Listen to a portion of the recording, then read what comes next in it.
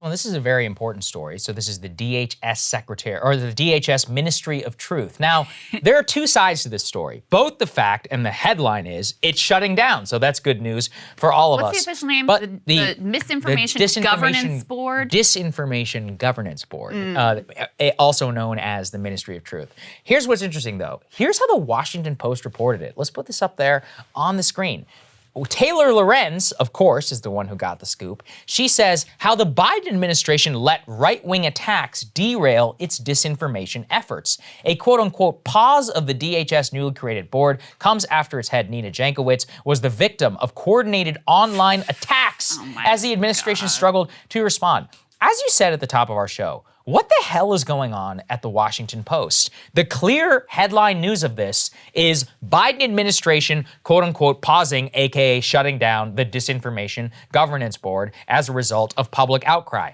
Just say that. You can even characterize it as a bad faith right-wing attack in your copy if you want to. Why is it No, in I don't support the that. head? Look, I'm saying by the Washington Post standards. Yeah. I'm not saying I support. I don't think it's accurate. My issue, but that's my issue, is it's just not even factually accurate. Yeah. Yes, there was a lot of right-wing criticism of her. There was also left-wing criticism of this thing. There was also civil libertarian and civil liberties groups that criticized this board. So to just say, oh, this is a right-wing smear, that's not even accurate. Yeah. Like, if you're just going by the facts and you're supposed to be reporting the news. Yeah, I mean, a lot of people had concerns over this. And, you know, I mean, at this day, you know, even saying free speech is apparently coded right-wing. But I'm saying even within their twisted framework, this is a terrible story. Yeah. So the background of all of this, obviously, Nina Jankowicz, she worked with the Wilson board. I played that cringeworthy, that cringeworthy video of her, you know, singing Mary Poppins about disinformation and how it's quite atrocious. So bad. It's one of the worst, most cringeworthy videos I've ever seen. As I said, as a former theater kid, we need to see theater kids mugged by reality. So she is somebody who needs to have that happen to her. I think And it finally has. So Nina, please quit the Moaning Myrtle Band and Harry Potter fan fiction. Quit doing the Mary Poppins TikToks. Grow up a little bit. Now, exactly what happened here is that the Washington Post, though, is reporting that this is a result of the Biden administration folding to these quote-unquote right-wing attacks. And what I love is that they actually quote a group within this, Krystal, who characterizes this as a right-wing attack as the group itself which funded the P-tape Steele dossier.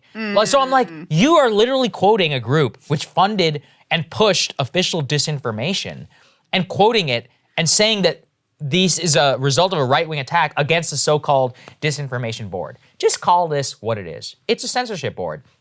You want establishment, liberal point of views to dominate in the United States government and on technology platforms and to control the flow of information because you don't trust citizens to make up their minds. But they can't just come out right and say that, so they have to frame it as like, oh, we have all these concerns, and we've played all those videos before where she's like, it's actually liberals who are the ones who get censored. And it's like, no, as we said, it's not liberals, it's leftists, to the extent that anybody on the left gets censored whatsoever. And actually, it's mainly dissident voices, left and right, who are always the ones who are being kept out of here. So I just think it shows you very clearly that the press is on the side of the Disinformation Governance Board because they don't believe in parsing that, and they actually have an official point of view, as Taylor Lorenz does, that she wants to dominate on the internet. So there's a lot of troubling things that are happening with this, but, you know, God bless, I'm glad it's gone.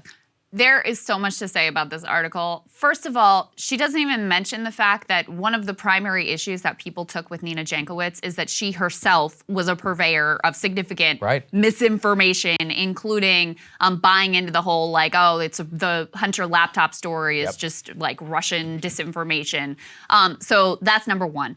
Number two, she goes to great lengths to try to convince the audience in this piece that these were coordinated attacks. And I think that language is very intentional because if it's a coordinated attack, like that sounds really nefarious. Then you start thinking about bot farms and, oh, this is some like, you know, this is some underhanded, dirty trick to take down a good woman. When in reality, even what she tracks here is just there was a big account that posted something critical of the board and of Jankowicz. It struck a nerve, and people did what they do on Twitter, and they talked about it. That's not a coordinated attack That's just how Twitter works.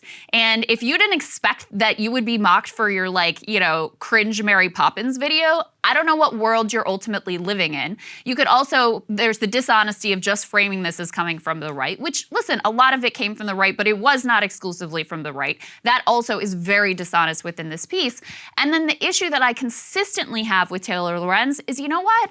If you want to write this as an opinion piece, fine. I don't agree with it. Yes. You're entitled to your perspective. This is framed as a news article.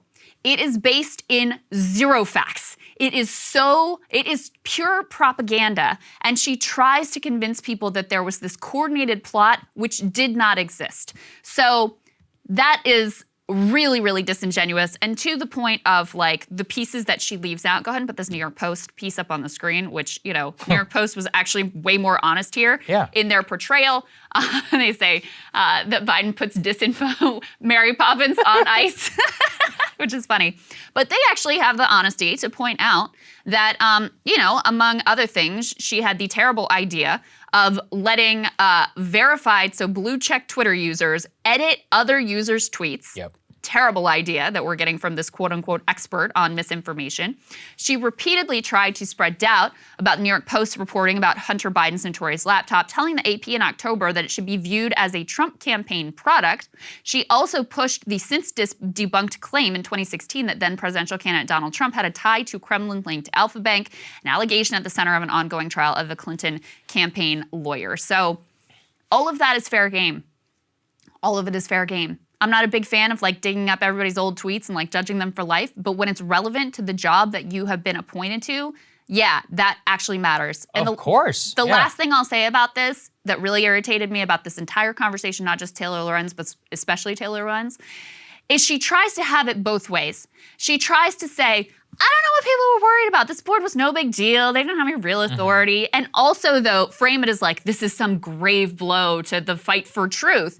You can't have it both ways. Either the board was no big deal and you don't know why people cared about it, or this is a big deal, it has significant power, and so it really matters whether it happens or not. You can't have it both ways. That's a very good, actually, I didn't think about it that way, but it's very important. So it's it's either was a fake board that didn't matter, or this is a big deal that she's been taken down. And here's the other thing too. It's not like the Biden administration is all of that responsive to criticism. This obviously folded, not because I think of just public outcry, but I think anybody on the merits could look at this woman, what she has said, and say, yeah, this is just a bad fit. This is just not going to work out. You're not going to be a neutral actor. Exactly. We don't trust you to be a neutral actor. You can't be arbitering information for the United States government whenever you are such a clearly partisan actor. It's not just folding to politics, folding to attacks. On the merits, it was a terrible idea to have it in the first place, and it was a terrible idea in order to hire her. So it folding is a victory, and I think that anybody in the press should not want a disinformation governance board,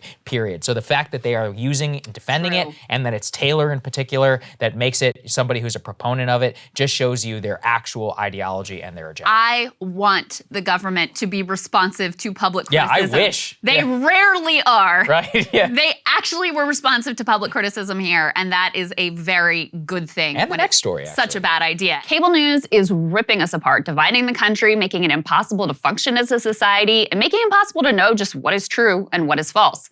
But the good news is they are failing and they know it.